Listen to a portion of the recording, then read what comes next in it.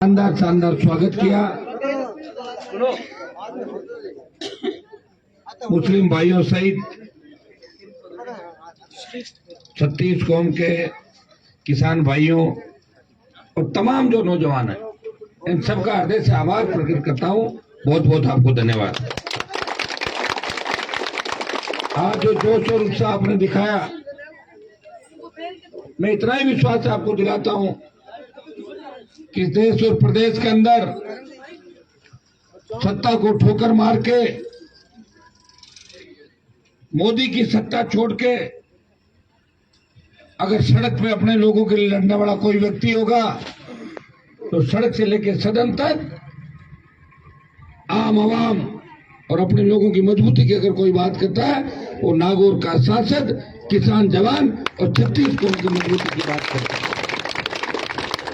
नेता तो आपके यहाँ भी है, अभी कांग्रेस का राज है, पहले बीजेपी का राज था।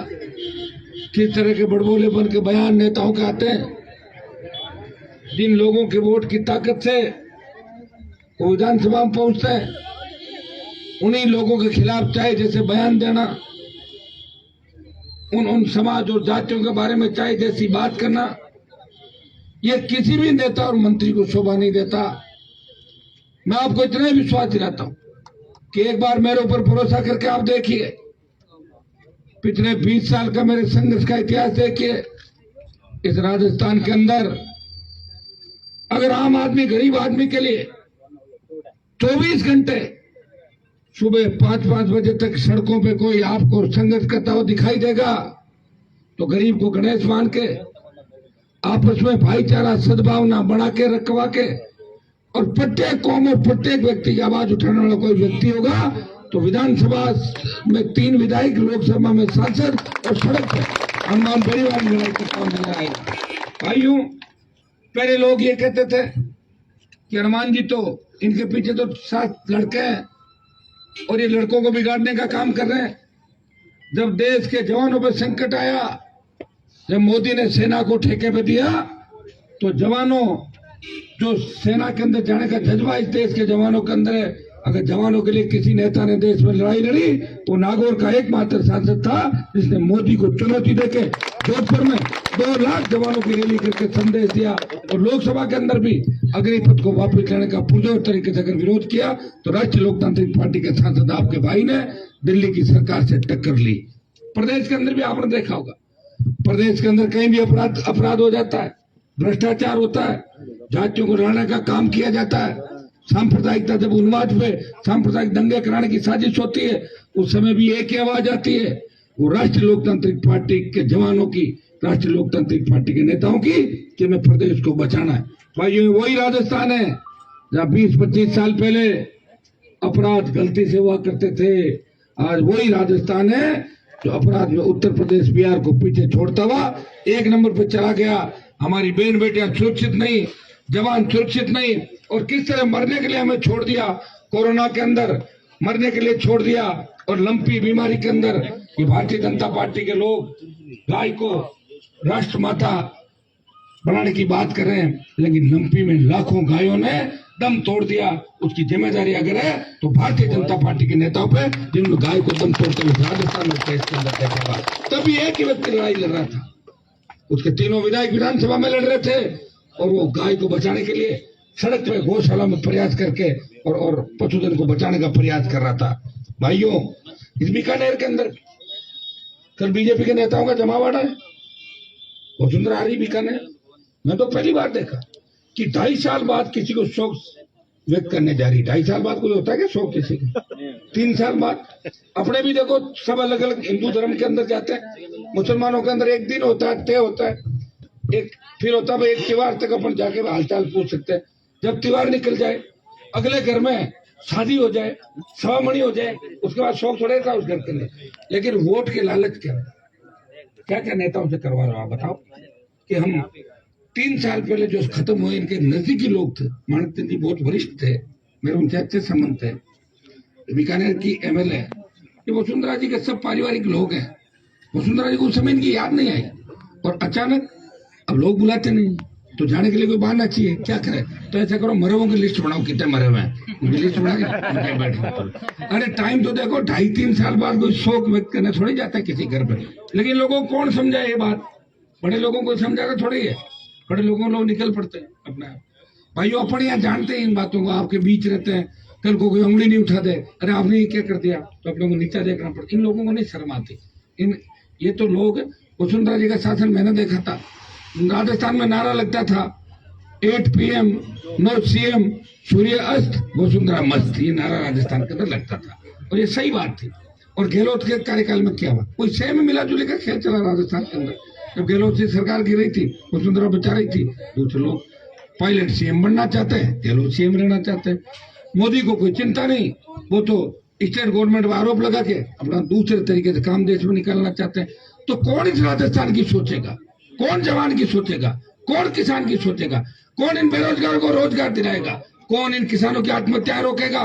कौन कानून का राज स्थापित करेगा? इसके लिए आपको मजबूत सरकार चाहिए। और मजबूत सरकार अगर चाहिए तो अगर बीजेपी को वोट डाल दोगे, कांग्रेस तो जाएगी राजस्थान के अंदर।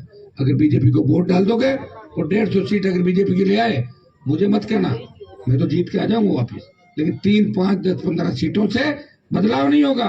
वही संघर्ष करते रहेंगे। कितना संघर्ष करेंगे बताओ?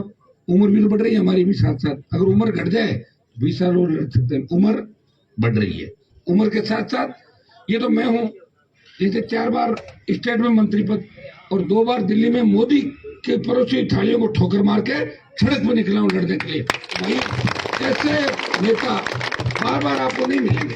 इसलिए मैं सब, देखिए खाजूवाड़ा सीट को अगर जीतना है तो मुसलमानों के सेव की आवश्यकता है। मुसलमान हो जाए और जाट हो जाए, तीसरा कैंडिडेट होते हुए तो जीत जाएगा 30,000 वोटर। जीतेगा नहीं जीतेगा?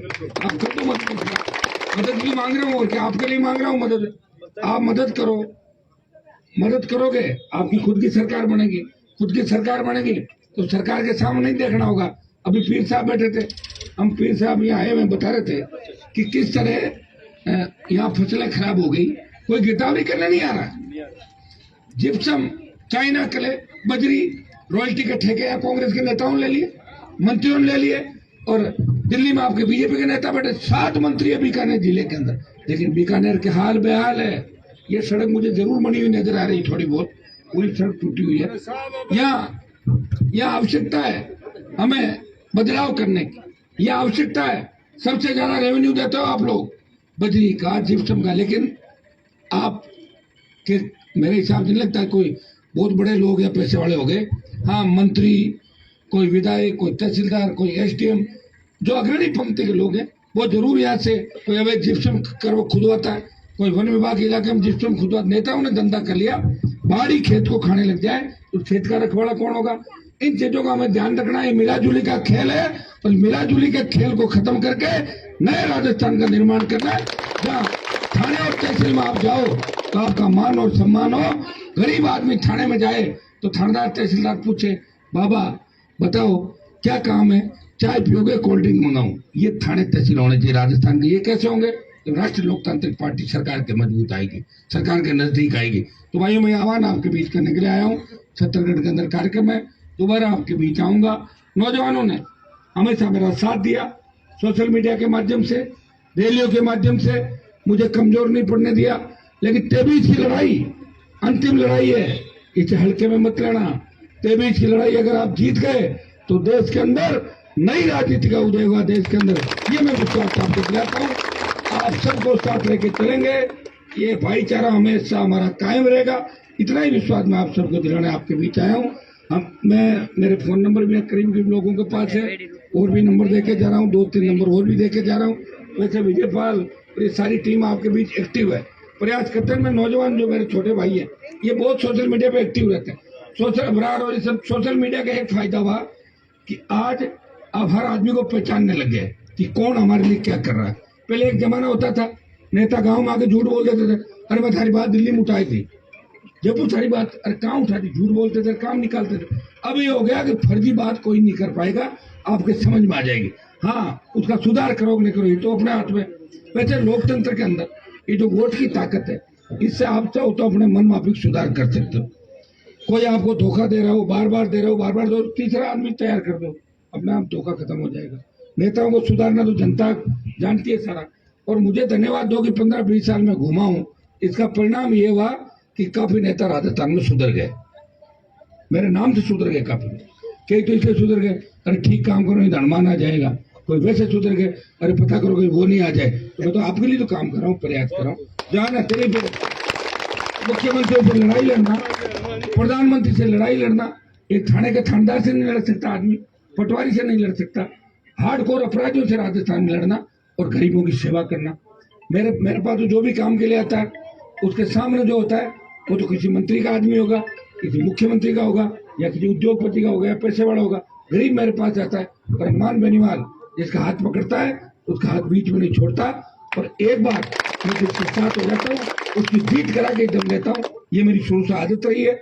आपने मुझे पढ़ा है, परखा है, देखा है और अकेले को लड़ते हुए देखा है। इस राजस्थान के 25 सांसद है, लेकिन राजस्थान की जहां भी बात आती, देश के अंदर राजस्थान के चाहे ज्वलंत मुद्दे हो, राजस्थान का कोई भी मामला हो, चाहे बेरोजगारी का हो, कानून व्यवस्था का हो, लोकसभा के अंदर अगर राजस्थान की पैरवी करता कोई नजर आता है वो नागौर का सांसद है, जो बीकानेर की भी बात करता है, पूरे राजस्थान की बात करता है। तो मुझे मजबूत करें, आरएलपी की आपकी खुद की पार्टी आरएलपी की सरकार बनाए और राजस्थान में कानून का राज आप स्थापित करें। बहुत बहुत आपको धन्यवाद।